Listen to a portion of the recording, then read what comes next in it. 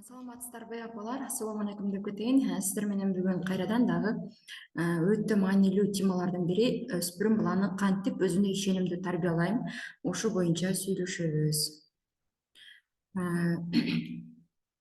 Негизинен биздин балдарда өзгөчө өспүрүм кайсы сапаттар болбогондо өзүнө ишенимдүү болот.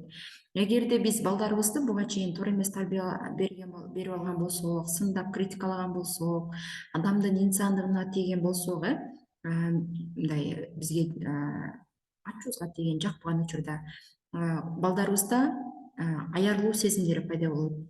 Менин колумдан келбейт деген ишенимдер пайда болот. Өздөрүн татыктуу сезе албай калат. Буларды майдалап айта турган болсок, эгерде аярлуу сезим дегенди кандай мындай слабый точкасы деп коебузбу, мындай өзүнүн кандайдыр бир дене жагынан кемчиликтерин кабыл албаганда, мен көпчүлүк ушул өспүрүм балдар менен ушул психологиялык сабактарды иштеп атканда балдардын өзүнө мындай слабый точкасы дейбизби же комплекстери аябай көп экенин байкадым. Мисалы үчүн менин боюм узун эмес, мен арыкмын, мен сулуу эмесмин, же болбосо мен өтө эле мындай жакшынакай эмесмин деген сыяктуу балдардын комплекстери бар экенин билдим. Бул комплекстер каяктан жаралат? Албетте биз ата энелердин балдарыбыз менен болгон мамилебизде жаралышы мүмкүн, же болбосо балдардын өзүнүн кемтуштарынын арасында чөйрөдөн жаралышы мүмкүн. Чөйрөдөн жаралган күндө дагы балада ошол нерсени ишенип калуусуна, аң сезимине кирип, ошол өзүнө комплекс минус катары кабыл алып калуусунда ата энелердин дагы тиешеси бар. Эгерде биз балдарыбызды кандай болсо ошондой кабыл алып, шартсыз сүйүү берип, мактап, колдоп, ага ар дайым мындай сен жакшынакайсың, өзгөчө кыз балдарды сен принцессасың, сен ханышасың, сен сулуусуң деген сөздөрдү көбүрөөк айта турган болгон болсок, же болбосо эркек балдарыбызды дагы мындай кубаттап, мактап турган болгон болсок, балдарда анчейин ошо сырттан классташтарынан келген ар кандай шылдыңдоо, обзывание деп коет, шылдыңдоо сөздөргө маани бербеген, көңүлүнө албаган комплекстер пайда болбойт да. Эгерде биз да балдарыбызды мисалы үчүн капкарасың, же болбосо тыртайганың, кулагыңды кара делдегениң, мурдуңду кара картошкадөй болуп деген сыяктуу, көзүңдү кара кийип кичинекей, же болбосо ушул сыяктуу сөздөрдү айтып эркелеткен мааниде айтсак дагы, же болбосо жакшы көрүп атып айтсак дагы, же болбосо урушкан учурда арбайган, тыртайган деп айта турган болсок дагы, балдарда ошол менин денем кандайдыр бир туура эмес жаралыптыр деп мээсинде калат дагы, ошол нерсе баланда комплекс жаралат. Комплекси бар балдар өзүнө ишенимдүү болбойт. Анткени сыртта мамиле болгондо кандайдыр бир өзүнө ошол комплекстерине тие турган сөз болгондо дайыма өздөрүнө жакын алып, кысынып, кыпчынып жүрө берет. Экинчиден, биз балдарыбыз жакшы окубай калганда, бир ишти туура эмес кылганда, жаман баа алып келгенде, сенин колуңдан келбейт, каш чаар, мен өзүм кыламын, ушуну да жакшылап эптеп нормалдуу жасай албадың деген сыяктуу сөздөрдү айтып, баланын мээсине колундан келбейт деген түшүнүктөрдү жарата турган болгон болсок, балдар ийгиликсиз болот жана менин колумдан келбейт деп өзүнө ишенбей калышат. Андан кийинкиси, балдарыбызды мисалы үчүн өздөрүн татыктуу сезе албай калат. Эмнеге татыктуу сезе албайт? Эгерде биз балдарыбызды көбүрөөк кагып, силкип, урушуп мамиле кыла турган болсок, же болбосо балдарыбыздын оюн укпасак, кызыкчылыктарына көңүл бурбасак, мени сүйгөнгө, мени менен достошууга, мени баалаганга, мени сыйлап урматтаганга мен татыктуу эмесмин деп ойлоп калышат. Дагы өзүнө ишенбестик, балдарыбызда өзүнө ишенбестик ички коркуулардан пайда болот.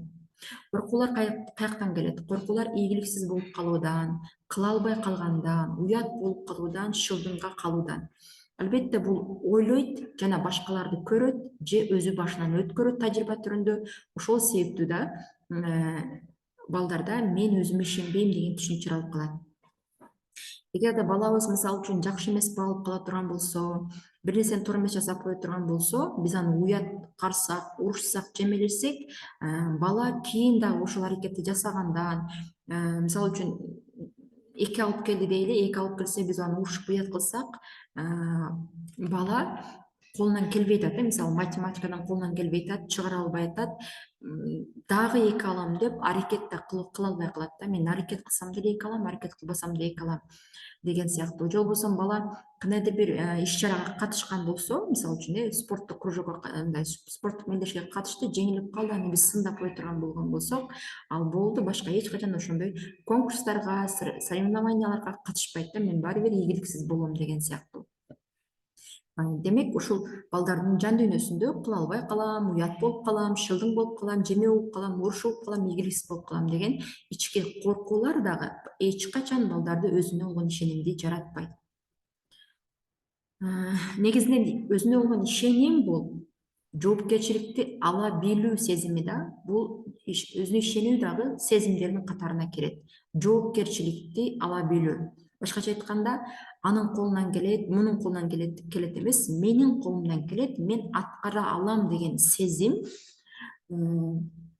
өзүнө ишеним деп айтсак болот. Өзгөчө өспүрүм курактагы балдарга өзгөчө сый мамиле, урмат, колдоо көрсөтүү маанилүү да. Анткени сиздер буга чейин сабакта тааныш болдуңуздар, өспүрүм балдарда ошол гормоналдык жактан өзгөрүүлөр болгондуктан эмоционалдык жактан туруктуу болбойт, алар аябагында сезимтал болот, баардык нерсени өздөрүнө жакын кабыл алат, болор болбос нерсеге ыйлап капа болгонго даяр турушат.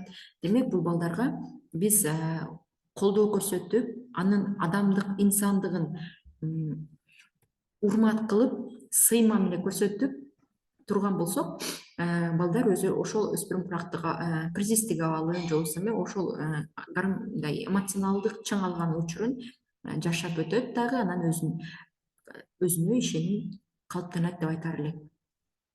Өзүнө ишеним жаратуу үчүн анда өспүрүм балдарыбызды кантип ошол өзүнө ишенимдүү болуш үчүн, алар аябагында чувствительный болсо, сезимтал болсо, кандайдыр эле бир нерсени мындай, эгерде жашоосунда бир нерсеге аракет кылса, ийгиликсиз болуп кала турган болсо, алар баары эле сынып калат, стресс, депрессияга жакын болот да. Демек, мындай балдарды кантип өзүнө ишенимди жараттырабыз? Кандай кылсак балдарыбыз өзүнө ишенимдүү болот? Эң биринчиси колдоо, мактоо беребиз. Мисалы үчүн балдардын кичинекей ийгилигин дагы сыймыктанып, бейгилеп, мактап туруш керек. Мисалы кичинекей ийгилик дегенде кандай? Бала бүгүн 4 алып келди, өсүп чоңоюп калган, мисалы үчүн 8-9 класстын балдары, 10 класстын балдары сизге айтпашы деле мүмкүн аны. Сиз электрондук журналдан көрүп калдыңыз, же болбосо билесизден көрүп калдыңыз, ошону да мактаңыз. Же болбосо кандайдыр бир кружокко барып атат, ошону да мактаңыз. Жөн эле барып атса деле, кандайдыр бир классташтары менен бир жакшы бир ишке катышты дейли, мисалы үчүн, ошо кылса балдардын кичинекей жашоосунан таап, ийгиликтерин, балким үй жумуштарына жакшынакай жардам берип атат, идишти таза кылып жууп коюп атат, тамакты таттуу жасап атат деген сыяктуу балдардын кичинекей ийгиликтерин дагы белгилеп, көз жазымда калтырбай баса бегилеп мактап турганыбыз өтө маанилүү. Жана бул балдарга көңүл буруп, мисалы үчүн мектептен келгенде кандай күнүң кандай өттү, баалдыңбы деген суроолор балдарга кадимки суроолор болгондуктан бул суроолорго ооба жакшы, жакшы деген эле жоопторду берип коет. Балдарга бул көңүл буруп, бүгүнкү күнүң эмнеси менен эсте калды, бүгүнкү күн эмнеси сага таасир этти, сени кубандыра турган кандай окуя болду деген сыяктуу суроолорду берип, анын жан дүйнөсүнө, анын ички абалында болуп аткан окуяларга терең сүңгүп кирүүгө аракет кылган суроолорду бере турган болсок, балдарда ички өзүнө ишеним пайда болот да. Анткени мени колдоп, сүйүп турган, мени ишенип таяна турган ата энем бар деген сыяктуу сезим пайда болот. Ата энеден негизинен көңүл буруу, мактоо уккан бала дагы да иш аракет жасоосуна позитив болот да. Мисалы үчүн мен өзүмдүн мугалим катары билем, кээ бир ата энелер балдарын аябагандай активдүү, кайдыгер эмес, мындай балдарында эмне болот, мындай мугалимдер менен келип, сурап, балдардын ийгилигине кубанышып, аябагында активдүү биз менен мугалимдер менен тыгыз байланышта иш алып барган ата энелерди балдары ошол ата энеси баласын колдоп кубаттап тургандыгын билген үчүн алар аябаганда мотивация алып шыктанып кандайдыр бир жаңы кружокторго, жаңы проекттерге өтө активдүү катышкандыгын билем да. Ал эми мисалы үчүн эртеден кечке жумушта болуп ата эне балдарынын жашоолору менен кызыкчылыгы менен иши жок боло турган болсо, анда балдар деле ошол супсак без мындай мотивациясыз эле жашай берет да. Мындай алганда өспүрүм курактагы балдарга билим алуу, келечекке умтулуу анчейин болбойт. Албетте 16-17 жаштан кийин балдар токтоло түшөт, жигиттик курактап коет да, кыздар деле балдар деле келечегин камын көрө баштайт. Ошол өзгөчө 12, 13, 14 жаштагы, 15 жашты деп да айта берейин, жаштагы балдар билим алууга, келечегин ойлонууга кайдыгер кош көңүл мамиле кылышат. Демек бул балдар ушул учурда биздин колдоп кубаттап турганыбыз балдарга шык жаратат. Албетте мугалимдердин шыгы, мугалимдер берген мотивация деле баланын жашоосунда белгилүү ролду ойнойт. Бирок бала үчүн баланын жашоосунда ата энеге, мугалимден дагы ата эне биринчи орунда тура тургандыгын эске алсак. Экинчиден, баланын оюн сунуштарын колдойбуз да. Балдар, мисалы үчүн, балдарыбыз кандайдыр бир сунуш айтса, идея айтса, бир демилге көтөрсө, мына кылайлык, муну бүтүрөлүк, же болбосо мына апа мен муну кылган жатам, апа мен муну ишти бүтүргөн жатам, же болбосо мен ушундай кылганда жатам деген кандайдыр бир ой бизге сунуш, демилге, инициатива деп коет көтөрө турган болсо, биз аны кубануу менен кабыл алып, мактап, колдоп, план катары жашооңуздарга кабыл алганыңыздар өтө маанилүү да. Эгерде ошол баланын айткан сунушу, колдоосу мындай болбогон эле нерсе болгон болсо, анан каяктагы болбогон нерсени айтасың, сүйлөбөчү деп шагын сындырбайбыз, анткени булар сезимтал болушат. Жөн гана макул ойлонуп көрөлүк, же болбосо мындай болсо кандай деп ойлойсуң, мындай болсо мындай болуп калсачы деп эле мындай акырын кыйтылган, же болбосо ошол оюн башкача формада ойлоно тургандай суроо берип койгонубуз жакшы да. Башым оорутпачы, каяктан айтып атасың, башым иштейби, ошондой да болмок беле деген сөздөрдү айтканга болбойт. Чындыгында эле жакшы сунуштарды айткан болсок, жашообузга алып келип, аны ишке ашыра турган болсок, балдар мен дагы бир маселени чече алат экен, менин дагы бир ойлорум актуалдуу, маанилүү экен деп өздөрүнө ишеним жаралат. Андан кийинкиси ийгиликсиз учурларын балдарга эч качан эске салбаш керек. Өзгөчө ушул өспүрүм курактар балдар дагы кайталап айта турган болсом, сезимтал болгондуктан алар өздөрүнүн ийгиликсиз учурларын кабыл ала алышпайт да. Башкача айтканда, уят болуп калса, жеңилип калса, туура эмес кылып алса, ансыз деле өздөрүн ичтен аябагандай жемелешет, настроение болушат, маанайы түшөт, жаман болот да. Эгерде биз ошол баланын туура эмес кылганын дайыма айтып, айтканмын мен сага, мындай болмоксуң, көрө терең сен ошону деп айта турган болсок, же болбосо билесиң сен өткөндө ушундай болгонсуң, дагы былжыра ушинтип жүрө бер. Кара, мындай болду элдин балдары, мындай болуп давно жакшы болуп кетишти деген сыяктуу, же өткөндө ушундай болгонсуң, дагы мунусуна дагы былжырап жүрбө деген сыяктуу балдарды ийгиликсиз мезгилин эске сала турган болсок, алардын жан дүйнөсүндө андан бешпеттер жара пайда болуп, психологиянын тилинен айтканда психикалык травма, жаракат пайда болуп калышы ыктымал. Андан кийин өспүрүмдөрдүн өзүнө ишенимдүү болуусуна өзгөчө ата энелер өзүбүз үлгү болушубуз керек да. Мисалы үчүн, кантип үлгү болобуз? Өзгөчө өспүрүм куракта балдар бизден, ата энелерден сепарация боло баштайт. Сепарация деген мындай чоң адам катары мурдагыдай бизге колдообузга, сүйүүбүзгө, мээримибизге, камкордугубузга муктаж эмес болуп, өз алдынча жашаганга аракет кыла баштайт да. Мындайча айтканда, эмоционалдык, психологиялык, анан физикалык жактан дагы өздөрүн өздөрү камсыздай баштаганга, өздөрүн өздөрү бизден бөлүнүп, өзүнчө жашаганга умтулган мезгил. Негизинен сепарация болуш керек. Бунун болгону өтө туура. Эмоционалдык жактан дагы, жашоо физиологиялык жактан дагы сепарация процесси өтө маанилүү да. Эми ошол, мисалы үчүн, ушул өспүрүм курактагы балабыз кандайдыр бир 2-3 күнгө бир жака кете турган болсо, биз балабызды сагынып, каныбызды айтып, кыйналганыбызды айтып, ыйлап, даттанып, сен жок, мен сени аябай сагындым, сени эстеп муңайдым, кайгырдым, сен жок мен иштеримди бүтүрө албай аябай кандай жүдөп кеттим, чарчап калдым деген сөздөрдү такыр айтканга туура келбейт. Анткени балдар бизден эмоционалдык жактан бөлүнө албай калат. Мен жок апам кандай кылды экен, кандай күндү көрдү экен деп, анан ошол сезимдерин дагы баягы кусалыкка алдырып, ошол өзүнүн пландарын, өзүнүн максаттарын ишке ашыра албай эле апам мени издеп сагынып кыйналып атат деп бизди ойлоп кайгырышат да. Алар эмоционалдык жактан бизден бөлүнүп, өзүнүн жолун, өзүнүн максаттарын ишке ашыруу менен өзүнүн жашоосун жашаш керек да. Мисалы андан кийингиси, эгерде биз дагы чоң адам катары албетте жашоодо туура эмес иш кылабыз, ийгиликсиз болуп калабыз, же болбосо эмоционалдык жактан бир чыңалган учурларыбыз болот, кайгыга баткан, капа болгон учурларыбыз болот. Ошол учурда биз мындай стресске түшүп, депрессия болуп, кайгыны көтөрө албай, банкрот болуп калсак, же болбосо мээликсиз болуп калсак, маанайыбыз чөгүп, бошошуп, шалдырап кете турган болсок, балдар дагы бизден үлгү алат да. Демек, кайгылуу учур болгондо, ийгиликсиз болгондо адам стресс абалга түшүш керек деген установкалар орноп калат да, анткени алар башкача болгонду билбейт. Демек, биз ошол бир туура эмес иштерибизди, жашоодогу проблемаларыбызды балдарга билдирбегендей, балдар билсе дагы ошол кайраттуулук менен, сабырдуулук менен, өзүгө ишенимдүүлүк менен ошол маселени чече билгендин үлгүсүн көрсөтүшүбүз керек.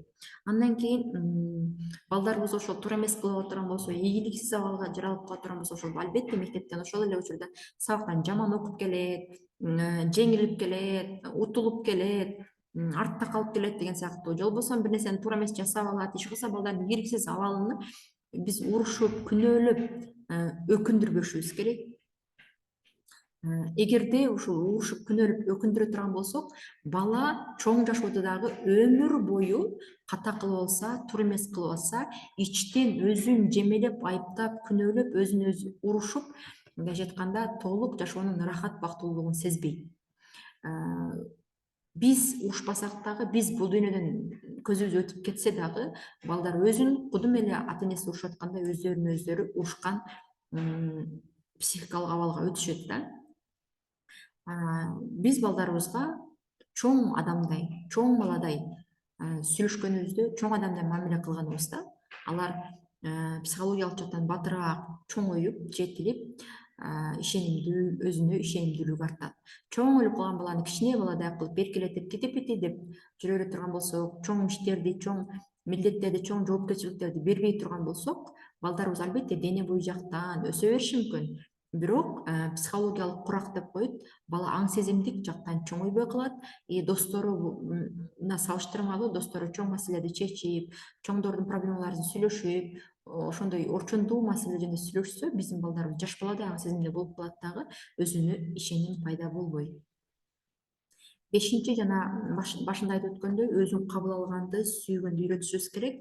Балдарда өзүнүн денесинен, характеринен, мүнөзүнөн комплекстер болбош керек деп айттым башында. Ошондук болбош керек.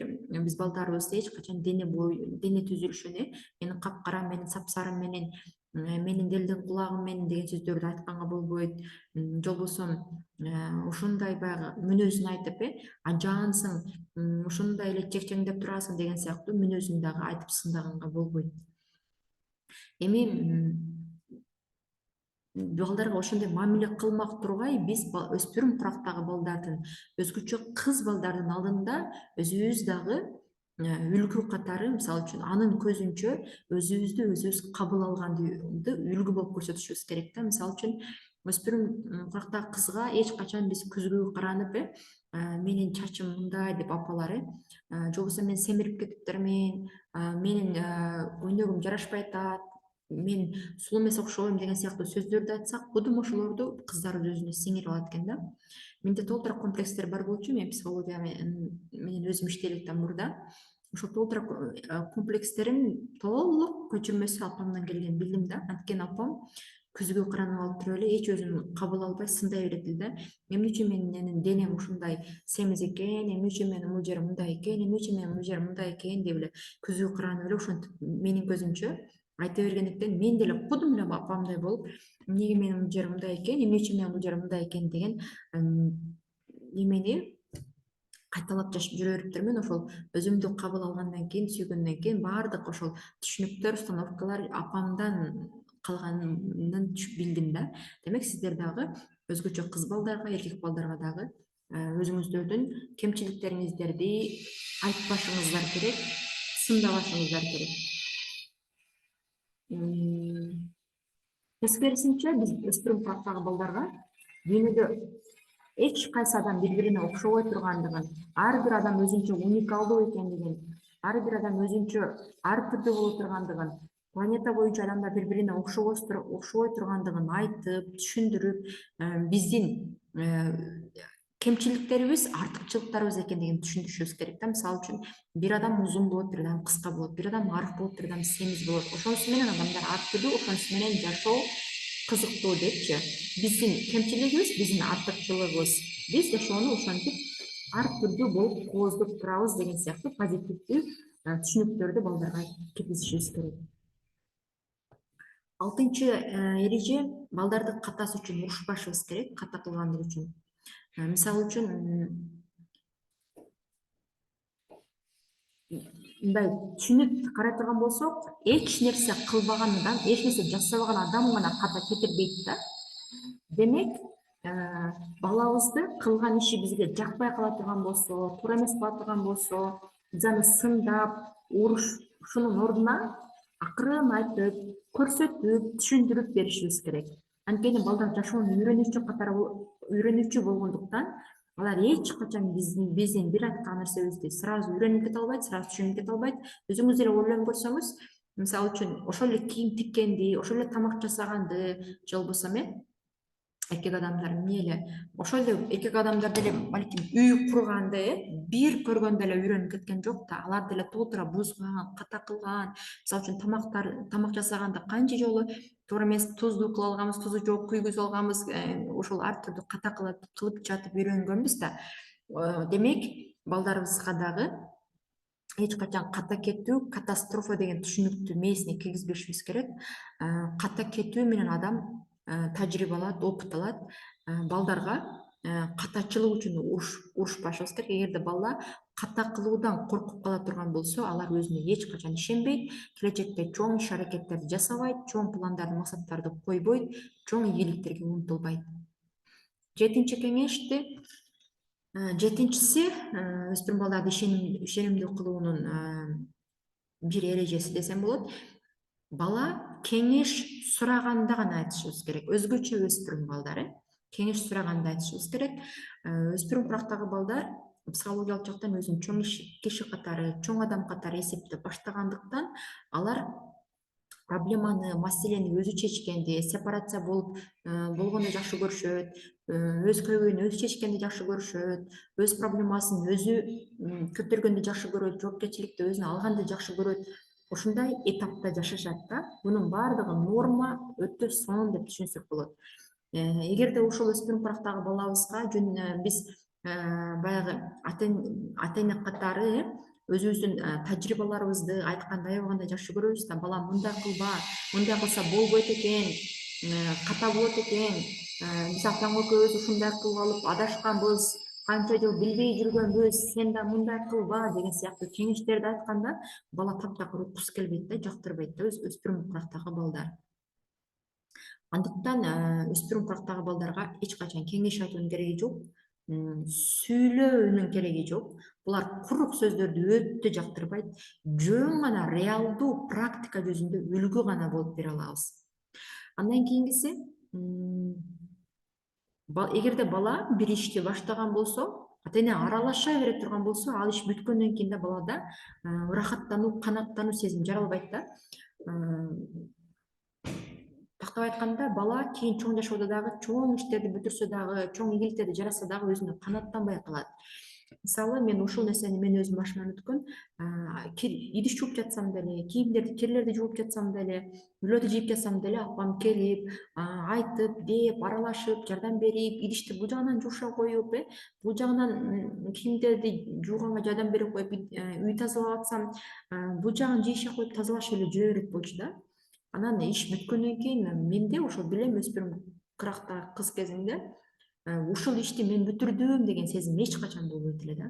Ушул ишти мен бүтүрдүм, мен колумдан келди деген ырахаттанган, довольный, канааттанган сезимди сезген эмесмин. Кээде апам үйдө жок болуп калганда гана өз алдымча камыр кылып тандырган нан жапканда ушунча өзүмдү бактылуу сезип, прям айыбагандай чоң кыз болуп калгандай элестетип, идиштер жууп койсом тим эле турмушка даяр болуп калгандай сезип, бактылуу болуп жыргап алган күндөрүм бар, бирок өтө анда санда. Демек, балдардын бир иш жасап жатса, эч качан аралашып, келишип, сөз менен дагы, кол менен дагы жардам бербейбиз. Өзүн бүтүргөнгө уруксат беребиз. Бүтүрө албайса, ката кылса туурасын көрсөтүп коебуз, и бала түшүнбөй атса, билбей атса, жардам сураса көрсөтүп коебуз. Бала качан бир ишти өз күчү менен бүтүргөндө гана өзүнө канааттанат жана өзүнө болгон баасы, өзүнө болгон ишеним жаралат. Биз көбүнчө балдарга акыл айтканда биз мындай урушуунун бир формасы акыл айтуу формасына айландырып алабыз да. Ойлонсоң болот, качанга чейин сен ушинтип жүрөсүң? Бул деген жакшылыкка алып барбайт. Башыңды иштетип мындай болсоң, эгер сен жакшы окуганда жакшы адам болмоксуң. Жүрө бер ушинтип телефон көрүп жүрсөң кандай адам болосуң деген сыяктуу урушууну кеңеш айтуу, урушууну акыл айтуу формасында колдонобуз да. Бул учурда акыл айтуу менен жемээлөөнүн экөөнү ушул нерсенин экөөнүн ортосунда чоң айырма бар да. Чоң айырма бар да. Бала биздин тилибизди албаса, же болбосо тилибизди албаса, айтканыбызды кылбаса, биз айткан акылды укпаса, ушинтип урушууну акыл айтуу формасына айлантабыз да. Бул дагы ушундай мамилени көрүп чоңойгон бала, мындайча айтканда, чоң жашоодо дагы бир иш баштагысы келбейт, өзүнө бир жакшынакай бир эс алууна уруксат бербейт, мындай кыскасы, балдардын мээсинде, психикасында өзүн ар дайым уруша берген, жемелей бере турган түшүнүктөр калып калат да. Уруштукпу, мисалы үчүн конкреттүү түрдө моундай кылганың мага жаккан жок. Мындай нерсе кылбашым керек эле. Бул нерсе мени капа кылды деп эле конкреттүү урушабыз. Ал эми акыл айтканда, бала өз сураганда, апа мен мындан кыла албай атам дегенде, мындай кылганда мындай болот, мындай кылганда мындай болот деген эле формада болуш керек экен да, негизичи психологдордун айтымында.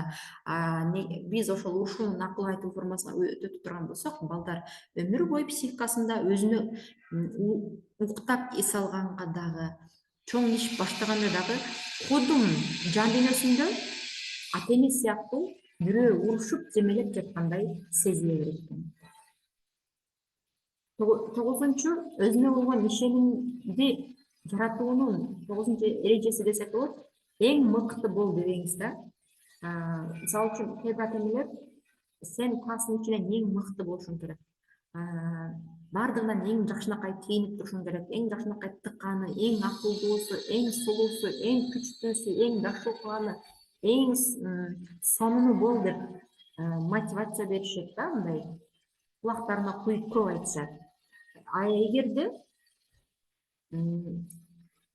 бала ушундай эң сонун бол деген нерсени айта турган болсо, балдарда кандай сезим жаралат, бала эгер ошол нерсе колунан келбей жатса, өзүнөн көрө өтө сонундар, өтө сулуулар, өтө күчтүү, өтө акылдуулар көп боло турган болсо, биз баладан ошондой чоң жетишкендикти талап кыла бере турган болсок, бала эки ортодо чайналып, ушунчалык баланын психикасына нагрузка, оор жүк түшөт экен, оор милдетти ал аткара албайчы, балдар сезимдик жактан кыйналат экен да, жабыркашат экен.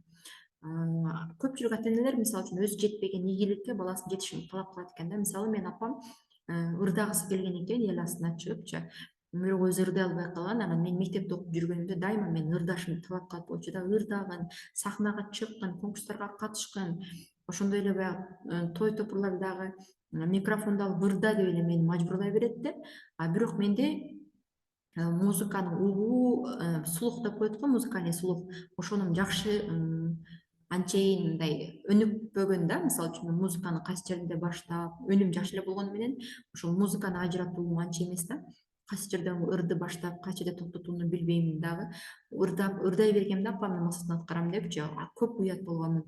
Музыканын тембри же болбосо музыканын тону башка жакта кетет, а менин үндү башка эле образ алып кетип, музыкага мындай шайкеш келтирип ырдай албай уят болгон учурларым көп болгон да. Демек мен буну түшүнөм, апам өзү жетпей калган ийгилигин мен өрчү болуп жеткирсем, менден талап кылган, менден каалаган да, өзүнүн максатын мен аркылуу ишке ашыргысы келген. Сиздер дагы ушундай мамиле кылбашыңыздар керек да. Анан ал эми кээ бир апалар балдарынын ийгилигин мактаныч үчүн каалайт да. Мисалы үчүн ошол эле мен Себатта иштеп жүрөм да, анан бир үй бүлөнү көргөнмүн, баласы өтө эле сабакка жөндөмү жок, такыр эле билим алууга шыктуулугу жок. Мындайча айтканда, атын дагы жакшы жаза албаган, китепти дагы жакшы окуй албаган бала келген да. Анан келген, анан лицей, аны баланы лицейден четтетүүнү неме кылышкан да, мындай таңуулашкан да, сиздин балаңыз кетсин дегендей кылыпчы. Ал баланы индивидуальный жекече окутсаң дагы пайдасыз болчу да. Ал бала физический жактан өтө гиперактивный деп айтабызбы, ушундай сыяктуу чоң тентек болчу. Бирок футболду аябагандай катыраак ойночу дагы, анын жөндөмү таланты башка жакта болсо керек, ошол спорттон болсо керек. Бирок анан лицейде окуй берсин, биз контракттын эсебин 2 эсе төлөп берелик дегенге чейин барган да. Анткени апасынын айтуусу боюнча, эми биз ушул лицейге окутуп алып анан кийин кайра алып кетсек, элдер эмне дейт, биз туугандарга, айыштарга мактанып алганбыз да. Ушунун баласы лицейде окуп атат экен деген даңк үчүн биз лицейге киргизгенбиз. Эми лицейден айдалып кетиптир дегенди көтөрө албайбыз дегенде мен таң калып эле калган элем. Ушунан айтам да, кээ бир ата энелер менин балам жакшы окуйт, менин балам грамота алат, менин балам мындай кылат деп мактаныш үчүн балдардын ийгилигин колдонууну каалашат да. Демек биз дагы андай талаптарды балдарга койбошубуз керек. Балага оор көтөрө албас жүктөрдү, милдеттерди таңуулабашыбыз керек да. Биз балабызды натурасында, табиятында кандай болсо ошондой кабыл алып, баланын ийгилиги үчүн эмес, мына 1-чи орун алды же 3-чү орунду алды эмес, ошол конкурска катышкандыгы үчүн, ошол мелдешке сынакка катышкандыгы үчүн, ошол мектепке барып келип аракет кылып аткандыгы үчүн, тапшырмаларын аткарып аткандыгы үчүн гана мактап сыймыктанышыбыз зарыл. Негизи эле баланын ийгиликсиз болобу, ийгиликтүү болобу, балабыз билимге шыктуу болобу, шыксыз болобу? Албетте билимге шыксыз болгону менен ал башка тармактан, балким коммуникация, адамдар менен баарлашууга шыктуудур, балким чыгармачылыкка шыктуудур, балким спорт тараптан шыктуудур дегендей. Иши кылса баланын кандайдыр бир жетишкендигин мактап, колдоп, шыктандырып, өзүбүздөн сыймыктанып тура турган болсок, балага бул нерсе төрөлгөндөн баштап өмүр бою керек экен да. Бала өмүр бою ата энесинин сыймыктануусуна жана өмүр бою ата энесинин колдоосуна муктаж экен. Андан кийинкиси, балдардын күчтүү жактарын өнүктүрүшүбүз зарыл. Өзүнө ишенимди жаратуу үчүн. Өзүнө ишенимди жаратуу үчүн балдарыбыздын күчтүү жактарын өнүктүрөбүз. Кантип? Ар кандай курс, кружокторго берип көрүңүз. Бул курстан болбосо бул курстан өзүнүн жөндөмүн ачат, талантын ачат. Бул курстан болбосо бул курстан ийгилик жаратат дегендей. Бул курстан болбосо бул курстан өзүнүн бир потенциал ачылат. Демек, балдарды ар кандай курс, кружокторго берип турушубуз керек. Колунан бир нерсе келишибиз керек. Мисалы үчүн ошол эле баягы бала инженерия курска барды да, менин балам инженерия курска барып, бир батарейкалардан бир зымдарды курап жасады дагы, анан бир кичинекей бир машинка дейбиз, баллондон батарейкага улап, ошону кыймылга келиптир да бир күнчө. Ошону бир 3-4 ай кружокко барып атып, ошону араң үйрөнүптүр да, эми кыскасы. Бирок ошондо аябагандай сүйүнгөн да, баягы мен апа, мен токтордун электр заряддын плюс минусун түшүндүм, плюс минус заряддарды, электр энергиясын түшүнүп ошонун жардамы менен мен мына баллон немесин дөңгөлөгүн дейинчи, дөңгөлөгүн кыймылга келтире алдым деп аябай сүйүнүп келген да. Демек баланын колунан кичинекей бир нерсе келсе дагы ошол өзүнө болгон ишенимди жаратат. Мейли ал футболдо мыкты ойноп койсун, мейли ал сүрөттү мыкты тартып койсун, мейли ал мыкты сүрөт телефон фотого сүрөт ала турган болсун, мейли ал аябаганда достошууга жөндөмдүү мамилеге жөндөмдүү болсун. Иши кылса баланын колунан кичинекей бирдемке келсе, кыз болсо тамак жасаган, таттууларды жасай алган ашыктуу болсун, ушыкса балада колунан бирдемке келгенде ал өзүнө болгон ишеним жаралат. Курстарга, кружокторго барып, ошол өзүнүн колунан бир нерсе келгендигин билет, түшүнөт, жаңы адамдар менен таанышат, анан өзүнө ишеним жаралат. Биздин ишеним гана баланын өзүнө болгон ишенимин жаратат. Эгерде биз балабызга бунун колунан келбейт, бул баары бир айтсаң да көрсөтсөң да жасай албайт.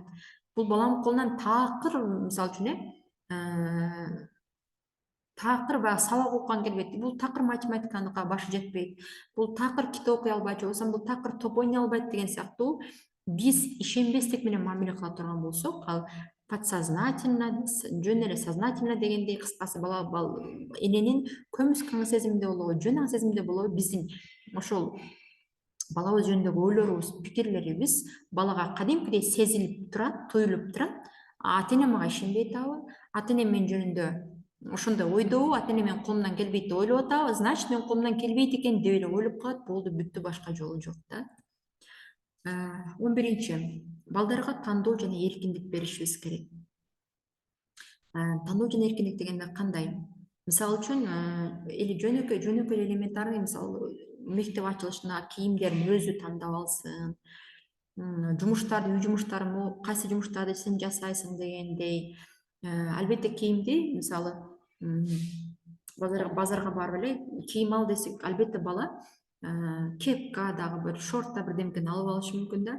Жок, сен мынау школьный кийимдерден, мектепке кийип турган кийимдердин кайсысын тандайсың деген сыяктуу чектелген рамканын ичиндеги тандоону берсек, чектелген рамканын ичиндеги сабактарыңды, тапшырмаларыңды эртең менен аткарасыңбы, кечинде аткарасыңбы, үй жыйнаганды, үйдү чайың ичип жыйнап коесуңбу же кечинде жыйнап коесуңбу деген сыяктуу эркиндик жана тандоо бергенибиз өтө маанилүү экен. Анткени тандоо бербей эле мунуну аласың, мунуну киесиң, мунуну жейсиң, азыр кыласың дей турган болсок, балдарыбыз ыңгайлуу, удобный мальчик болуп калышат. Ошондой эле балдарды, мисалы үчүн, катасын кечке айтып, критикалап, мисалы, болду сен мектептен кеч каласың, кийимдериң кара кир болуп калыптыр, чачтарың оңдобойсуңбу деген сыяктуу сөздөрдү айтып бере турган болсок, балдарыбыз мен өзүмдү эптей албагам, былжыр окшойм деген сыяктуу түшүнүктөр мээсинде калып калат экен да. Тескерисинче, биз антип сындабастан катасын өзү оңдогонго мүмкүнчүлүк берип коюшубуз керек экен. Кантип? Будильникти өзү коюп мектепке барсын. Тим коебуз, өзүбүздүн жумушубузду кыла беребиз же жумушка кетип калабыз. Бала кеч калат, уктап калат, мугалимден жумай угат, урушушат. Акыры ошол нерсени башы жетет да. Мен сөзсүз түрдө будильникти коюп уктап, эртерээк аракет кылып, батыраак кыймылдап мектепке убагында барышым керек деген түшүнүк өзүнө келет экен. Ошол эле учурда мен балам аябагандай шалтыруураак деп кое берейинчи, аябаганда кийимдерин кирдетип, чаң кылып, тыккан эмес кийет. Анан мен дайыма кийимдеримди чеч деле ар 2 күндө же болбосо күн сайын баягы ак көйнөктөрүнү, мектепке кийген көйнөктөрүнү алмаштыра берет болчумун да. Бүгүн кийбе, анан чеч, буну эми стиральный машинага салыш керек деп эле ошондой берет болчумун да. Андай кылбаш керек экен. Өспүрүм балдар, мен фокусу бир гана өспүрүм балдарга деп айттым, ошону түшүнүңүздөр. Мен ким койгонумда бала ошол кийими менен мектепке барат. Мейли ошол кип көйнөгүн бир жума кийсин, акыры бир күн болбосо бир күн мугалим урушат, бир күн болбосо бир күн досторуна шылдың угат, классташ чоңойтуп калган да булар, классташ кыздарынан сын угат. Анан ошол көйнөгү кир болгондугун өзү башы жетет дагы, уялып, мени айтпасам деле, мен эчтемке дебесем деле ошол башка таза көйнөктөрүн үтүктөп, таза кылып кийип барган өзүнүн мээсине сигнал катары келгенде, бул жакшы тажрыйба болуп саналат экен.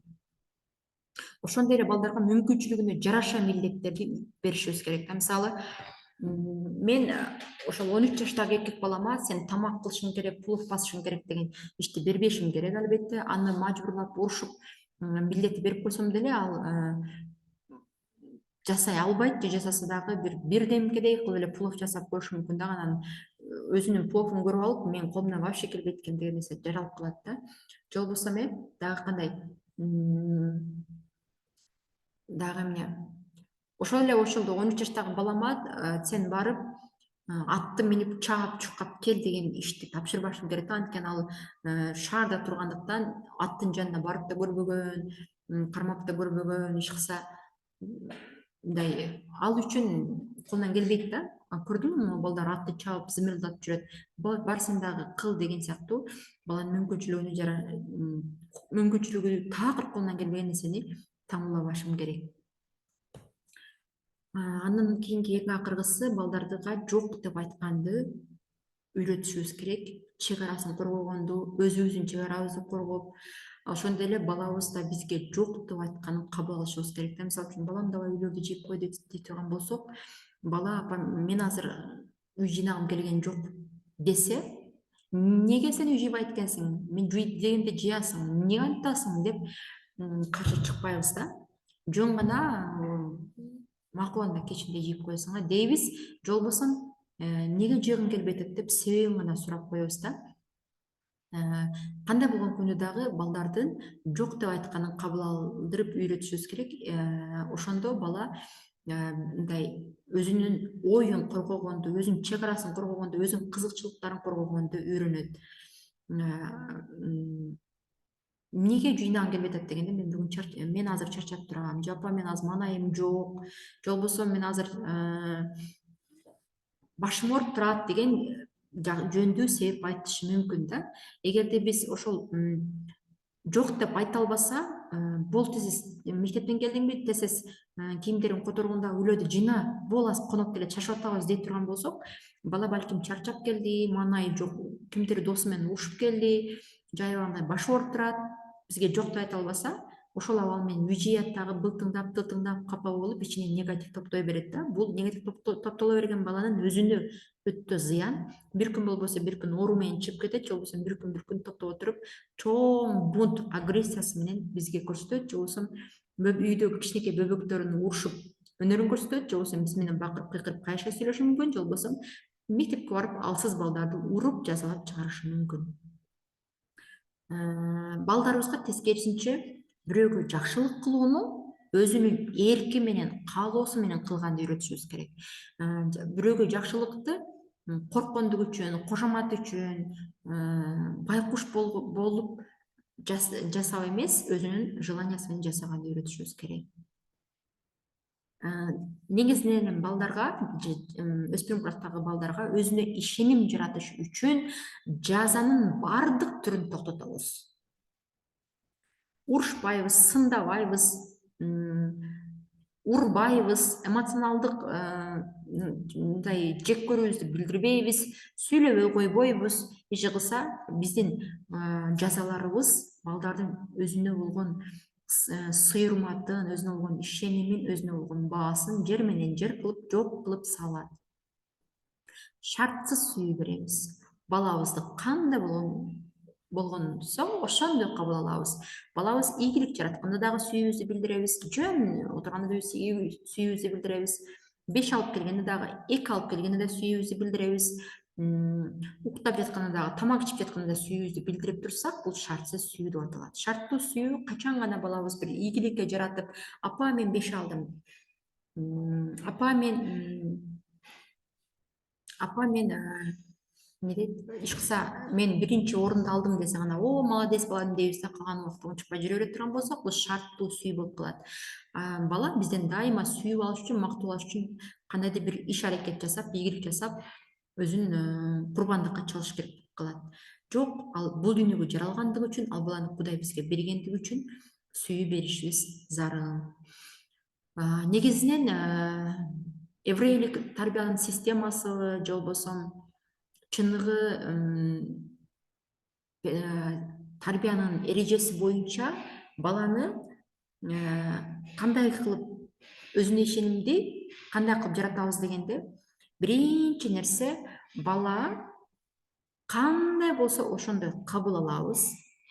Экинчиден, баланын кичинекей аракеттерин мактап, колдоп, кубаттайбыз. Анан бул аябагандай сонун иш, сонун нерсе деп мактоо, колдоо, кубаттап берип турабыз. Анан бала ийгиликке карай багыт алат экен. Анан бала өзүнө ишеним жаралып, чоң максаттарга карай умтулат экен. Мындайча айтканда, баланы кандай болсо ошондой кабыл алсак, сүйсөк, кичинекей аракеттерин мактасак, бала өзүнө ишеним жаралып, өсүү жолуна түшөт. Биздин менталитетте бала чоң иш аракет жасайт. Анан кийин биз анын баланын бар экендигин билебиз. Молодец балам, 5 алып келипсиң дейбиз. Анан кийин жаш көргүзгөндү сүйбөй билдиребиз да. Бала качан гана жогорудон ылдый түшүп жатып сүйүн алат. Балдар бизден жогорудон ылдый түшүп жатып сүйүп алат. Ийгилик жаратып, бир иш кылып, бир жумуш кылып, бизге жардам берип жатып сүйүп алат. Тескерисинче, биз балабызды кандай болсо ошондой кабыл алсак, кичинекей иштерин баалап көңүл бурсак, анан чоң ишке карай умтулат. Негизинен төмөндөн жогору карай кетиш керек экен. Бала ийгиликтүү болуш үчүн, ишенимдүү болуш үчүн, биз балдарды ийгиликтен сүйүп алыш үчүн ийгиликтен төмөнгө келип атат да. Карасаңыздар, сүйүп алам деп ийгилик жаратып, жардам берип, анан келип атат. Жок, сүйүүгө толтуруп коюп, анан ышык берип, ийгиликке жогоруга карай жол салышыбыз керек экен негизи. Көңүл бурганыңыздар үчүн чоң рахмат. Бүгүн ошол кызыктуу мектеп курсунун өзүнө ишенимдүү балдарды кантип тарбиялайбыз сабагы болду. Эгерде сурооңуздар болсо, WhatsApp чатка бериңиздер. Саламатта калыңыздар.